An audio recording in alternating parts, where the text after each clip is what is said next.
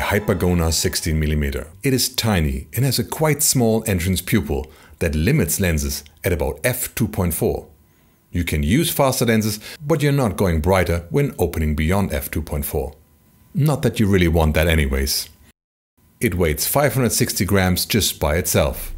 Shooting 6:5 with 24mm height, we got the Hypergonar to pair with lenses as wide as 75mm, without a varidiopter of course. That will cost you a little field of view.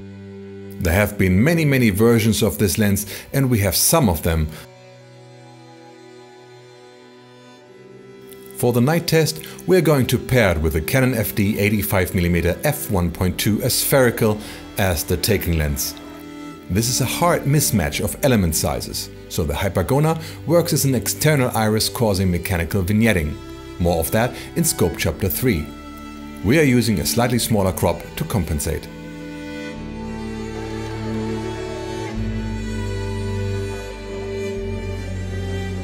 We immediately see that the Hypergonar's image quality is a far cry from the cine lenses, and our torture setup takes the lens to town, showing an overall mushy look. We can see that it produces expressive golden flares and some weird ghosting of the light source. 200% magnification reveals the softness.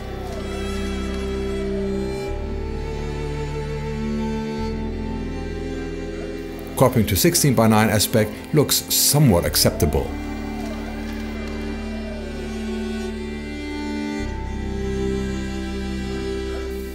When we rack focus, we see strong breathing.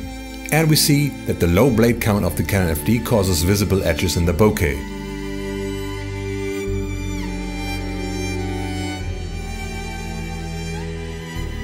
Racking the iris shows that shooting open at f2.4 produces strong astigmatism. Closing down to f4 sharpens the image to something quite usable, and f5.6 gives some bite.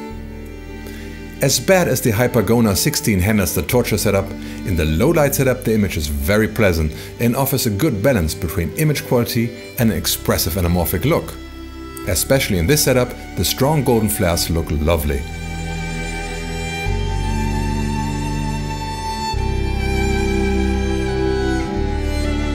Distortions are quite severe towards the sides. The minimum working distance of a hotcore DNA at 70 cm looks like this, and again, distortions are strong. Of course, the distortions are quite easily fixed in post, at the price of a reduced field of view. The Hypergonar 16 leaves a lot to wish for, but considering the price, it can look amazing in the right circumstances. Just don't torture it with too much light and keep it to f4. Before you dismiss the Hypergonar as inferior to the S.T.O.P, all of our Blade Runner spoofs in Chapter 1, 2 and 3 have been filmed with the Hypergonar 16. The Leon sequences in combination with the Canon FD 85mm spherical at 24mm sensor height, and the Bryant sequences in combination with the Leica 90mm at 20mm sensor height. We chose the Hypergonar over the S.T.O.P as it provides a softer vintage look, fitting the original Blade Runner shots a bit better. At time of release, this Hypergonar 16 was traded for around $400 in good shape, if you can find one. We will put links in the description.